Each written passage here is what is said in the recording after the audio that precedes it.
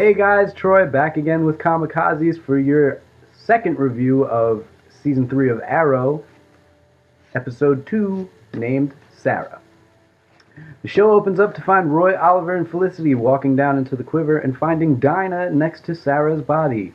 Oliver, not really knowing what to do, simply shuts her eyes and grabs a hold of Dinah and kind of just comforts her and says, "I'm sorry." This ultimately results in a flashback where we find Oliver getting a new target for his assassination work with Amanda Waller, and ironically, it turns out being Tommy Merlin, who is Oliver's best friend. Coming out of the flashback, Oliver tells Dinah that he will go to no end to find Sara's murderer, which is a nice thing to do. Well, it's kind of his job. He is a superhero on the show. Any hooser, Oliver then goes to investigate the scene of the crime and basically has a very detective mode-esque mode. If you played the Arkham series, he has a very detective mode moment where he kind of plays through what happened that night. Diggle shows up on the rooftop where Oliver is and adds a little bit of words of wisdom and kind of tells him that, it's okay for you to go grieve. It's okay for you to be hurt by this, but Oliver doesn't really want to hear it. Captain Lance then calls the Arrow on his special handy-dandy phone and tells him that there is a new archer in town and questions if Arrow, our boy, knows the new archer. We then finally see who is behind the attacks in a very odd scene where the attacker shoots an arrow through, I think, 3 or 4 panes of glass and then just guts this dude. Anyway, back at the quiver, we see Roy and Felicity bagging up evidence and all of Sara's belongings that she had on her when she was killed. And Roy kind of he shows Felicity the note that Thea left him when she left in Season 2, and we haven't seen her since. Felicity sees the note, reads the note, and says that Roy does owe Oliver to see the note. It is his sister. They do care about her the same way, but she does say that Oliver deserves to see the note at least.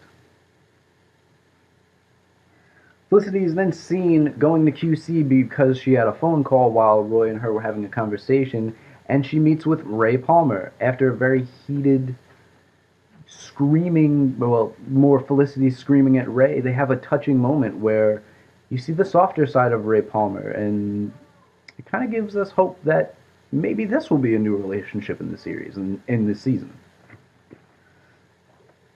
Our boy Arrow is then seen interrogating one of the many drug dealers that were on the scene during the last attack, and he questions them for if he's seen anybody, if he's seen this or that and the third.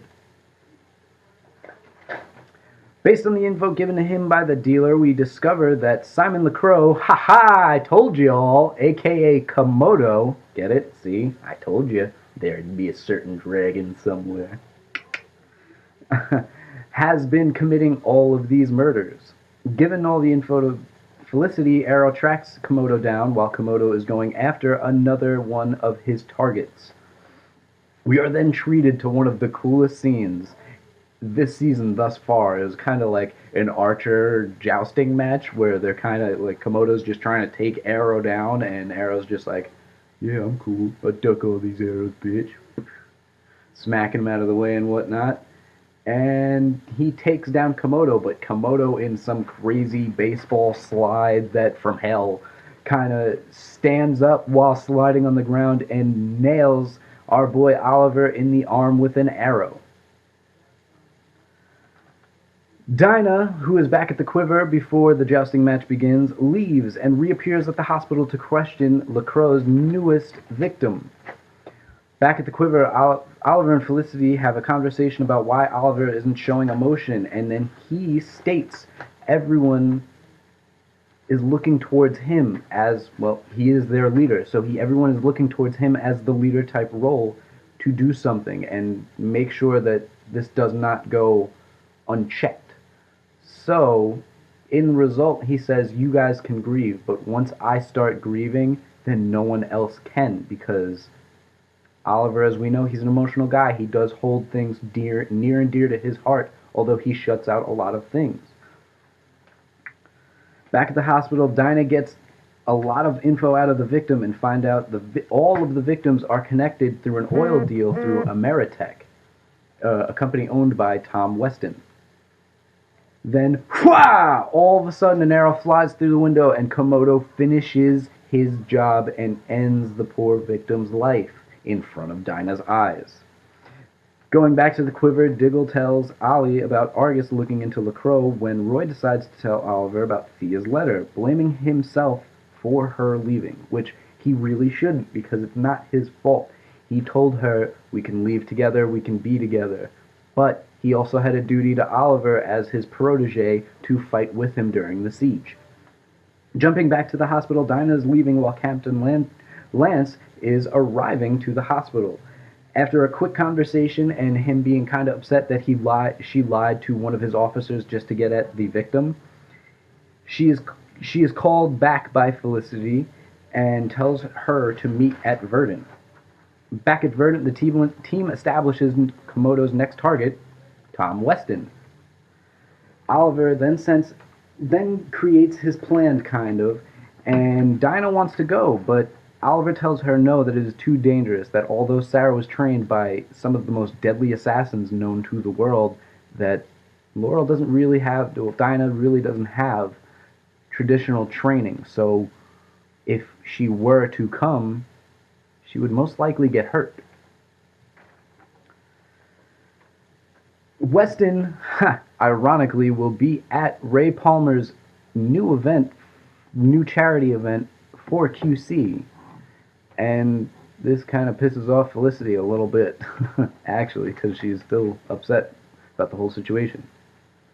The event at QC is underway when Komodo just bursts through a window, grabs Tom Weston with a, grappling arrow, and starts pulling him away when Roy shows up out of nowhere, shoots an arrow at the wire, secures Tom Weston's safety, and Arrow comes in, and a resulting fight is between the three of them: Roy, Arsenal, Arrow, Oliver, and Komodo, Simon LaCroix. Shortly after the fight begins, though, Komodo realizes that he is outnumbered and outmatched and outmuscled pretty much, and he tries to escape. Oliver, knowing that this could possibly be Sara's murderer, follows after him, hurtling right out the same window. They land on a more bottom floor of where they were in QC, and the resulting events are actually pretty cool. Komodo shoots an arrow at Oliver. Oliver shoots it out of the sky. Komodo shoots another arrow at him, catches it, and uses his own weapon against him, and pins him to a wall. However, Laurel shows up and, wanting revenge, points a gun straight at Simon LaCroix's face. Between a heated, or more of a loving lecture between the two of them, Oliver tells Laurel that revenge is not the best answer. No matter what, getting revenge against LaCroix will not bring Sara back, and this is very true. Back at Verdant, we discover LaCroix wasn't lying. LaCroix says that he has an alibi for what happened 2 days ago, and that he is not Sara's murderer. He said he was in Bloodhaven getting drunk. Back at Verdant, they follow up his alibi, and they find out it is true, that it works out. Everything he said is true. There have been 2 murders in Bloodhaven that match the same MO as all the other murders that have happened from Komodo's hands. After this, though, Oliver does tell Laurel that she does owe her father to at least tell him that Sara is no longer amongst the living, and it's a very hard moment for Dinah, because she doesn't want to hurt her father, and she doesn't want to really accept that Sara is completely gone. When Dinah goes to tell him, however, she doesn't, due to the fear of his heart conditioning worsening, because an alarm goes off while she's in his office, telling him that he needs to take another one of his pills for his heart. Following this is the burial of Sara, which is very sad and morale-dropping for the team. Dig then shares with the rest of the team that Lila and himself have decided to name the baby Sara after their fallen friend, which is very heartwarming, and it actually brought a couple of tears to my eye because it's just one of those moments where it's just so touching, you know?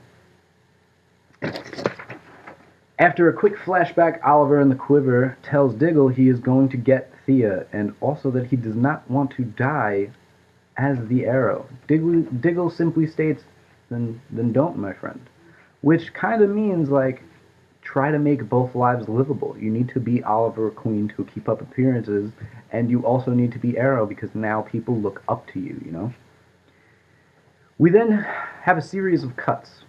The first one resulting in Diggle walking out on Oliver while he's still in the quiver. Then we go to Dinah, Laurel, holding the stuffed shark she's been talking about all episode that Sara was so in love with. And then she picks up Sara's jacket, and you almost see in her eye that she has some sort of scheme planning going on that will result in her being the next Black Canary, which we all know will happen this season eventually.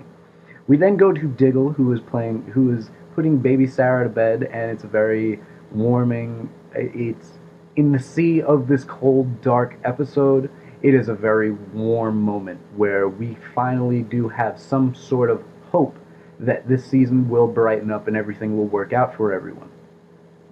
We then go to Roy, who's looking at his cell phone and a picture of him and Thea sitting together, and you really do feel bad for him because you know he loves her so much, and the fact that she's been nicknamed Speedy by Oliver and he is now Arsenal or Red Arrow kind of shows that hopefully one day the Team Arrow will have all of its arrows in the quiver. Haha, see what I did there? After this, we see Felicity going up to Queen Consolidated, and this kind of acts as her cut after the funeral. And also a moment where she will accept Ray Palmer's job offer at Queen Consolidated because she states that she knows there's more to life and she wants to live more than her life already is, which is basically working at a piece of shit tech store and fighting bad guys. We then, the whole 180, we go across seas to Corto Maltese, where we find Tommy Merlin's father, Malcolm, training Thea to be a fighter. I don't know what's going on with Thea now at this point. No one really does, but we are treated to a very cool scene where Thea is kicking ass, and she's been, for the last 5 months, she must have been training very hard because she takes down 2 fully grown men with no problem. So guys, I know this episode left me with a lot of questions. I know it could probably leave you guys with a lot of questions. So if you guys have any questions, you can leave them in the comment section below or hit us up on Twitter at Kamikazes. But this is Troy. Thank you for choosing Kamikazes, your go-to herd for all things nerd.